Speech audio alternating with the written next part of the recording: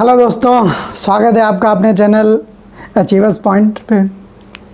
देखिए भाई, आज जो है कि बहुत दिनों से एक ट्रेंड चल रहा था speak for SSC and speak for railway, ठीक है। और बच्चों ने इतनी सारी मेहनत की, इतना प्रोटेस्ट किया और इतना ऑनलाइन जो है एक आंदोलन की तरह खड़ा कर दिया, जिसकी वजह से आपका एसएससी और रेलवे दोनों ही अपने कार्यशैली में बदलाव लाने पर मजबूर हो गए। तो इसी के चलते हुए आज जो है एक पीआईबी की तरफ से आपका प्रेस नोटिस जारी किया गया है कि जो एनटीपीसी रेलवे और ग्रुप डी यानी कि आपका जो आपके 2019 में फॉर्म पड़े थे, जिनका अभी तक जो है आपका परीक्षा का कोई अता पता नहीं था, कई बार डेट चेंज की गई, तो उन्होंने इतना प्रेस बच्चों की आवाज़ों को सुनते हुए, आंदोलन की प्रमुखता को देखते हुए उन्होंने जो है आज जो है आपका एक प्रेस रिलीज़ में, ठीक है, रेलवे मंत्रालय ने आपका प्रेस रिलीज़ करके बताया कि 15 दिसंबर से ये सारी परीक्षाओं की भर्ती प्रक्रिया शुरू हो जाएगी और CV1 आपका शुरू हो जाएगा, CBT1, ठीक है। तो उसी के मद्देनज़र चलते हुए आपका, क्योंकि आपका मैनुअल कोचिंग्स बंद हैं, ठीक है, तो इसीलिए जो है ऑनलाइन हम जो है बच्चों को पढ़ा रहे हैं, जो भी हम लोगों से हमारे चैनल के माध्यम से जुड़े हुए हैं, तो उनके साथ में जो है इन 3 महीने आपके, भाई देखो सितंबर मिल रहा है, भाई 5 तारीख आज हो ही गई, शिक्षक दिवस है आज, ठीक है, तो 5 तारीख आज हो गई है, ठीक है। सितंबर हमें पूरा मिलेगा, अक्टूबर मिलेगा और नवंबर मिलेगा और दिसंबर के भी मुझे 14 दिन मिल जाएंगे, ठीक है। तो इसका मतलब है हमारे पास मोटा माटी कितने दिन है, आपके पूरे 3 महीने हैं हमारे पास। तो उसी के साथ, उसी को मद्देनज़र रखते हुए हम लोग जो हैं आज सबसे पहले क्या है, सिलेबस डिस्कस करेंगे।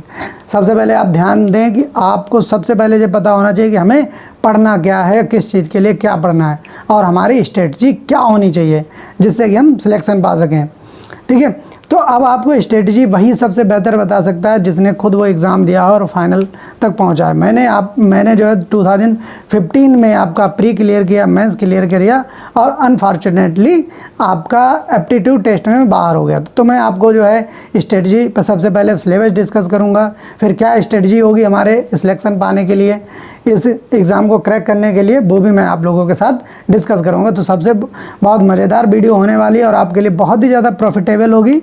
और आप लोग जो आज का ट्रेंड चल रहा है यूट्यूब पे, आप लोग देख रहे हैं किस तरीके से पढ़ा रहे हैं, उनमें कोई उनका लॉजिक नहीं है, कोई उनका कुछ है ही नहीं, मतलब कि वो हवा में तीर फेंके जा रहे हैं। सिलेक्शन ऐसा नहीं होता है, ठीक है।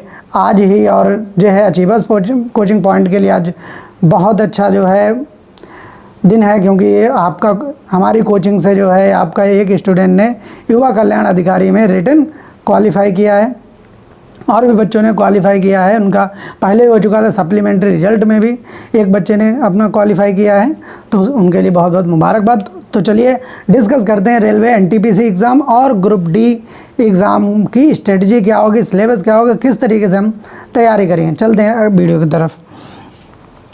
तो देखिए भाई, मैंने यहाँ पर पहले ही लिख रखा है कि आपका सिलेबस क्या है। तो सबसे पहले हम समझते हैं कि आखिर वैकेंसी कितनी है, ठीक है। तो आपका वैकेंसी कितनी है, 35,208 वैकेंसी हैं, यानी कि अच्छी खासी वैकेंसी। जब मैंने दिया था तो आपका यही वैकेंसी 10,000 थी, उसको भी कम करके 6-7 हज़ार वैकेंसी पूरी की गई थी। मैं आपको मेरिट भी डिस्कस करूँगा और प्री मेंस के बारे में भी मैं बताऊँगा कैसे होता है, ठीक है। तो यहाँ पे CBT1 यानी कि आपका CBT1 यहाँ पर जो है पहला जो CBT यानी कंप्यूटर बेस्ड एग्ज़ाम जो होगा, ठीक है, कंप्यूटर बेस्ड जो टेस्ट होगा उसमें का पहले जो आएगा, पहला पेपर होगा वो 100 नंबर का होगा, 100 नंबर का होगा, 100 क्वेश्चंस होंगे। उसमें क्या क्या आएगा, जनरल अवेयरनेस, ठीक है। अब इस जनरल अवेयरनेस के 2 पार्ट्स होते हैं, ठीक है, जिसे हम GS भी कहते हैं। जनरल अवेयरनेस में आपका 2 पार्ट हो जाते हैं। आपका एक तो GK यानी कि जनरल नॉलेज, जनरल स्टडी, जिसमें आपका हिस्ट्री, ज्योग्राफी, आपका हिस्ट्री, ज्योग्राफी, पॉलिटी, सिविक्स और साथ ही साथ आपका करंट अफेयर्स इंक्लूड होती है, ठीक है। और दूसरा पार्ट इसी का होता है साइंस। मैं देखो रेलवे के किसी भी एग्ज़ाम में, जैसा कि आपका पिछली बार ALP का एग्ज़ाम हुआ था, तो हमारी कोचिंग से बहुत सारे बच्चों ने जो है ALP का एग्ज़ाम क्वालिफाई किया था, ठीक है। तो ध्यान दें, उसी के साइंस जो है रेलवे का मेन सब्जेक्ट रहा है हमेशा से। तो बहुत अच्छे से आपका जो है टू द पॉइंट आपको पढ़ाया जाएगा, किस तरह जो आपके एग्ज़ाम में आने वाले क्वेश्चन, आप ये समझिए कि क्वेश्चन वही आएंगे जो मैं आपको बताऊंगा, बिल्कुल आप जो है मुतमईन रहें, पूरा भरोसा रखें। क्यों, मैंने इतने एग्ज़ाम क्वालिफाई किए हैं कि एक्सपीरियंस है कि जो मैं बताऊंगा, जो लोग मुझसे कोचिंग में आकर पढ़ते रहे वो सब जानते हैं कि सर ने आज तक जो भी बताया एग्ज़ाम में आया है। इसीलिए भाई बच्चों के सिलेक्शन भी होते हैं। ठीक है, तो आगे मैथमेटिक्स 30 नंबर का इसमें जो है रहता है, और जो है आपका मेन रोल इसका रहता है सिलेक्शन कराने में। क्योंकि अगर आपने इसको 100% क्लियर कर लिया, ठीक है, तो आप ये मान के चलिए आपने आधी जंग जीत ली, आप पेपर का आधा सिलेक्शन आप में हो गया। फिर उसके बाद में आता है जनरल इंटेलिजेंस यानी कि reasoning, general intelligence and reasoning. ठीक है, तो ध्यान दें आपका ये दो पोर्शन है। जब भी मेरी जो मेन स्ट्रेटजी है मेरी कोचिंग की, आपका अचीवर्स पॉइंट क्लासेस की जो सबसे बड़ी स्ट्रेटजी होती है बच्चे को इन दो पोर्शन में 100% बनाना, और उसी के तहत आपका शॉर्टकट में सिलेक्शन कराना। क्योंकि हमें मालूम है कि 3 मंथ्स में किसी को जीएस में आप 100% नहीं स्कोर करा सकते, लेकिन अगर आपके स्टूडेंट की नीयत है पढ़ने की और आपकी पढ़ाने की नीयत है, तो आपको मालूम होना चाहिए कि आप मैथ्स में आप 100% नहीं तो आप 80% स्कोर करा सकते हैं, और यहाँ पर आप बोनस पॉइंट दिलाकर बोनस मार्क्स दिला करके आप उसका सिलेक्शन सिक्योर कर सकते हैं। तो ध्यान दें, आपको स्ट्रेटजी के तहत सारे लोग काम करें। अगर एक अच्छी रणनीति आपके साथ नहीं हुई, भाई आपने जो है घिसे पीटे जो क्वेश्चंस आते रहते हैं। आज का फॉर्मेट बिल्कुल बदल चुका है, कंपटीशन का स्तर दिन प्रतिदिन बढ़ता चला जा रहा है। लेकिन मैं जो स्टडी करता हूँ, मैं देखता हूँ लोगों के चैनल्स पे कि क्या चल रहा है, सब जो है आपका ऐसा लग रहा है कि उन्होंने जो है बस उन्होंने बेवकूफ़ बनाने के मशीन है। ठीक है, तो देखिए भाई एक स्ट्रेटजी के तहत काम करिए। इससे पहले मैंने जैसा यूट्यूब पे कभी मैं नहीं पढ़ाता था, मैं मैनुअल कोचिंग में ही पढ़ाता था, लेकिन इस समय बंद। तो जो भी स्टूडेंट हमसे जुड़ रहे हैं, ठीक है, तो उनके लिए जो मैं आपको उसी तरीके से क्लास प्रोवाइड कराऊंगा जिस तरीके से मैं अपनी कोचिंग में प्रोवाइड कराता था। ठीक है, तो हमसे जुड़ने से आपको सबसे बड़ा फ़ायदा ये होगा कि आप देखेंगे कि आखिर वाकई आपका पैटर्न, एग्ज़ाम का पैटर्न आजकल है क्या और किस तरीके से पढ़ाना चाहिए। आगे चलते हैं। तो ये तो है हमारा आपका प्री एग्ज़ाम। ठीक है, ध्यान रहे इसमें 1/3 निगेटिव मार्किंग भी रहती है, 1/3 निगेटिव मार्किंग भी रहती है। हमारे एक तो ये 3 पोर्शन है, लेकिन एक चीज़ इसमें सबसे बड़ा जो फैक्टर है आपका रेलवे के एग्ज़ाम में, वो फैक्टर है आपका स्टैंडर्ड डिवीज़न रूल लगाना। ठीक है, तो इसमें क्या होता है, स्टैंडर्ड डिवीज़न रूल में आपकी एक्यूरेसी देखी जाती है। ज़रूरी ये नहीं कि आप 100 में से जिसने 70 मार्क्स स्कोर किया है और 30 क्वेश्चन उसके गलत हो गए हैं या 70 स्कोर किया है, अगर किसी स्टूडेंट ने 70 सही किए और 20 गलत कर दिए, तो आपका सर्टेनली 1/3 के हिसाब से इसमें आपको क्या होगा, 6 मार्क्स लेस हो जाएंगे और 64 हो जाएगा। लेकिन आप ये ध्यान रखिए, समझ लीजिए उसका 64 स्कोर शो नहीं करेगा, उसका स्कोर आपका मुश्किल से 55 करीब शो करेगा। तो इसलिए एक्यूरेसी जो है आपका सटीकता आपके रेलवे एग्ज़ाम को क्वालिफाई करने की सबसे मूल तरकीब है। अगर आपके अंदर सटीकता नहीं है और आप हवा में आंसर देते चले जाते हैं, तो आप ये समझिए कि आप बहुत बड़ी गलती करते हैं। आप स्कोर करने के बाद भी क्या होगा, कहीं ना कहीं गलती कर बैठेंगे। ठीक है, चलते हैं आगे। तो स्टैंडर्ड डिवीज़न रूल को ध्यान में रखते सटीकता हमारे लिए सबसे ज़्यादा ज़रूरी है। आगे चलते हैं।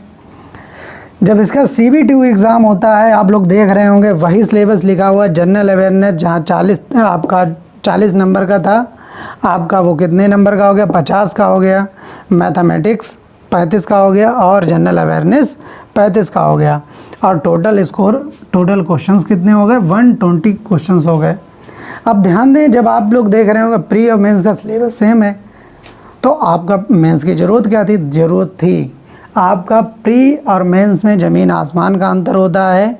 क्योंकि मैंने दिया है और मुझे इस बात का बखूबी मुझे मालूम है कि प्री और मेंस में ज़मीन आसमान का अंतर होता है।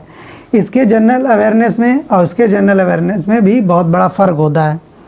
जहां आप लोग आजकल देखते हैं कथन और जीएस को भी कथन और निष्कर्ष के रूप में पूछा जाता है, आपके कई मल्टीपल स्टेटमेंट के रूप में पूछा जाता है, तो वो मेंस के क्वेश्चंस होते हैं। मैं आपको बताऊंगा कि वो क्वेश्चंस को कैसे किया जाता है, उसकी भी अपनी एक ट्रिक होती है। उसी तरीके से रीजनिंग का भी स्तर जो है आपका साइकोलॉजिकल रीजनिंग का जो पार्ट आजकल इंक्लूड हो रहा है, ठीक है। आपको जिसको क्या कहते हैं, आपका ह्यूमन बिहेवियर कह सकते हो, ह्यूमन बिहेवियर का पार्ट कंपटीशन में जब से इंक्लूड हुआ है पेपर, रीजनिंग जो है उतनी ही ज़्यादा कठिन होती चली जा रही है, ठीक है। तो ह्यूमन इंटेलेक्चुअलिटी और साथ ही साथ आपका पर्सनल आपका जो मानव व्यक्तित्वकरण का जो क्षमता होती है, जब से इंक्लूड हुई है आपका रीजनिंग के पोर्शन में, तो रीजनिंग का पोर्शन दिन प्रतिदिन आपका टफ होता चला जा रहा है। तो वो आपको अप टू डेट वर्जन में आपको जो है रीजनिंग का मैं कराऊंगा, ठीक है। तो चलते हैं आगे। अब जब बात करते हैं ग्रुप डी एग्ज़ाम, ठीक है। ग्रुप डी एग्ज़ाम कहने को तो जो आपका ग्रुप डी एग्ज़ाम होता है उसमें वैकेंसी भी इस बार भाई आप बहुत लगे हैं कि आप अगर एग्ज़ाम दे रहे हैं तो 1,03,769 वैकेंसी आपको मिल रही है वैकेंसी, ठीक है। साथ ही साथ जब वन डे एग्ज़ाम होता है इसके बाद इसमें सिर्फ फिजिकल टेस्ट होता है,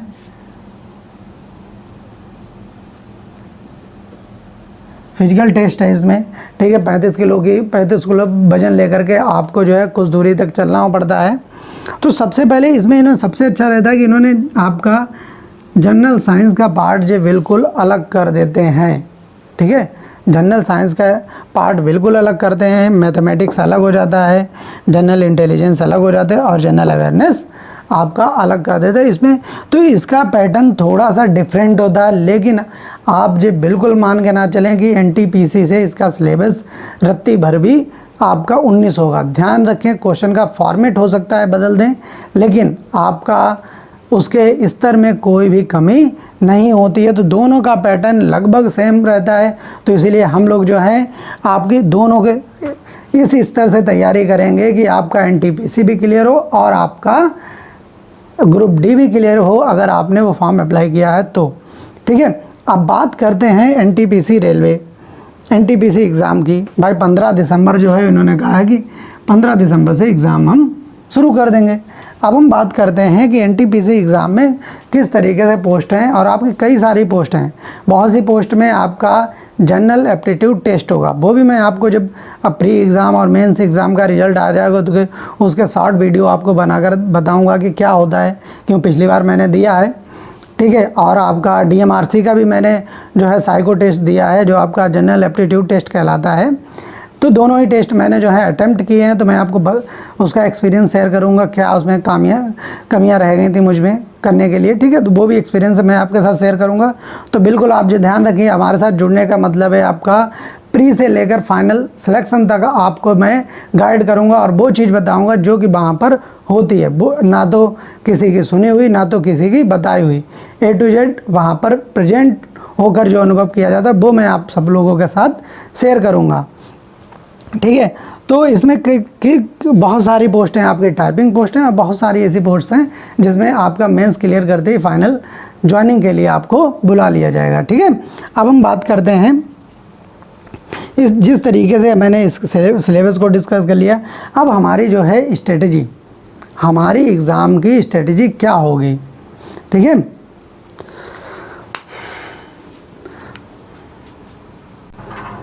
तो अब जो है हम लोग जो है स्ट्रेटजी को डिस्कस करेंगे कि आखिर हमारी एग्ज़ाम में क्या स्ट्रेटजी रहेगी। सबसे पहले दो पार्ट में हमारी स्ट्रेटजी क्या होगी, दो पार्ट्स में हम लोग पढ़ेंगे किस तरीके से। सबसे पहले आपका टॉपिक वाइज सॉल्यूशन करेंगे और बैक ईयर पेपर। देखो बहुत से ऐसे बच्चे होंगे जिनके टॉपिक्स भी क्लियर नहीं होंगे और वो जो है किसी न किसी यूट्यूब चैनल पे जो है प्रैक्टिस करने लगते हैं। तो एग्ज़ाम में क्या होता है, एग्ज़ाम में जाकर उन्होंने बस एक सिलेक्टेड उनके दिमाग में किसी एक टॉपिक का पता होता है और वो वहाँ पे नहीं कर पाते हैं। तो जो है हमारा क्या होगा, टॉपिक वाइज सॉल्यूशन होगा, ठीक है। हमारा क्या होगा, टॉपिक वाइज सॉल्यूशन होगा। तो उसको कहेंगे कि आपके सारे मैथ के जो बेसिक फंडामेंटल क्वेश्चंस होते हैं जिनको हम बिल्कुल आपका जीरो से समझाएंगे हम आप लोगों को, ठीक है। जिन लोगों ने अभी शुरुआत की है, ठीक है, जिन लोगों ने अपनी शुरुआत की है वो भी लोग जो हैं मेन स्ट्रीम में शामिल हो सकें, एग्ज़ाम की प्रिपरेशन अच्छे से कर सकें। ऐसा ना हो कि वो प्रैक्टिस में जब शामिल हो तो उन्हें कुछ भी समझ में ना आए। इसी तरीके से रीजनिंग का भी टॉपिक वाइज आपको डेली 2 लाइव स्ट्रीमिंग होंगी जिसमें आपको लाइव आपको पढ़ने का मौका मिलेगा और आपको क्वेश्चन भी पुटअप करने का मौका मिलेगा, इसमें आप बता सकते हैं कि समझ में आया कि नहीं आया। ठीक है, और इसी तरीके से साइंस को भी टॉपिक वाइज, देखो साइंस को टॉपिक वाइज क्यों लेकर चलना ज़रूरी है। ध्यान दें कि देखो रेलवे का जो मेजर पोर्शन होता है, रेलवे का जो मेजर पोर्शन होता है साइंस का, वो किस बेस्ड पे आता है, फिजिक्स आती है, फिजिक्स आती है या बायो आती है। तो टॉपिक वाइज सॉल्यूशन करेंगे, हम देखेंगे आपका एग्ज़ाम के सिलेबस में एनालिसिस करने पर पता चलता है कि आखिर वो एक पर्टिकुलर चैप्टर से ही चीज़ों को उठाते हैं। भाई पूरी बायोलॉजी नहीं उठाते हैं वो, और वो एक पर्टिकुलर चैप्टर से ही वो लोग क्या करते हैं, एग्ज़ाम में क्वेश्चंस को पूछते हैं। तो हमारा क्या है कि ऐसा नहीं होना चाहिए कि हमने आंखें बंद की और पढ़ते चले गए और एग्ज़ाम में नहीं मिला। तो उस चीज़ को हम क्या करेंगे, उस चीज़ को हम आपको बताएंगे किस तरीके से एग्ज़ाम में क्वेश्चंस पूछे जाते हैं, और जो है सिर्फ और सिर्फ एनालिसिस से ही संभव है। तो आप लोग ध्यान रखें कि सबसे पहले एक टॉपिक वाइज हम लोग सॉल्यूशन करेंगे। दूसरा बैक ईयर पेपर, लगभग हम लोग जो हैं लगभग 10 साल पीछे से जितने भी पेपर रेलवे ने कराए हैं, सारे रेलवे बाई रेलवे की सबसे एक प्रमुख स्ट्रेटजी क्या है, वो अपने जीके के क्वेश्चंस को रिपीट ज़रूर करता है, जीके के क्वेश्चंस को रिपीट ज़रूर करता है। और जो लास्ट ईयर आपका जो हुए हैं पेपर्स हुए हैं, एनटी उसके एएलपी के पेपर हुआ है, ग्रुप डी का पेपर हुआ है, 16 में एनटीपीसी हुआ था, ठीक है, ग्रुप डी हुआ था। तो उनके क्वेश्चन लगभग 3000 प्लस क्वेश्चंस की हम प्रैक्टिस करेंगे, ठीक है, जिनको आपको सीरियल वाइज आपको डेली आपको उसका जो है सॉल्यूशन कराया जाएगा, आप लोग देखिएगा। और प्लस इसमें एक चीज़ और हम ऐड करना चाहेगा, आपको वीक में आपको 5 टेस्ट, हर एक वीक में आपको ऑनलाइन 5 टेस्ट दिए जाएंगे, जिसको आप जो है क्लास के अलग बैठकर जो है आप लगाइएगा और अपने आप को चेक करिएगा कि हम लोग हमारी जो तैयारी राइट वे में चल रही है कि नहीं, कि हम लोग कर पा रहे हैं कि नहीं कर पा रहे हैं। तो सभी लोग अपने आप को टेस्ट करिएगा। तो आपको 5 टेस्ट पेपर मैं खुद बना करके आपको प्रोवाइड कराऊंगा, जो कि आपके टेंटेटिव क्वेश्चंस होंगे, ठीक है। तो 3000 प्लस क्वेश्चंस आपको कराए जाएंगे, मैथ्स के कराए जाएंगे, और 3000 प्लस रीजनिंग के क्वेश्चन में आपको सॉल्यूशन कराऊंगा, और जीके के लगभग 5000 से प्लस क्वेश्चंस आपको, वो भी ऐसे इंपॉर्टेंट क्वेश्चन जो आपके एग्ज़ाम में आने ही आने हैं, और आपको उनको एनालिसिस करके बताया जाएगा, जितने उन्होंने पीछे क्वेश्चंस कराए हैं उनको का सॉल्यूशन कराया जाएगा, ठीक है। आप जो मान के चलिए कि आपका क्वेश्चन वही पूछा जाएगा जो हम लोग डिस्कस करेंगे, ठीक है। तो आप बिल्कुल आप लोग जो है जल्दी से जल्दी जो है क्लास के साथ जुड़िए, और साथ ही साथ आपका डेली वीडियो और वीडियो कॉन्फ्रेंसिंग और लाइव वीडियो में जुड़िए, आप लोग लाइव क्लास में जुड़िए। और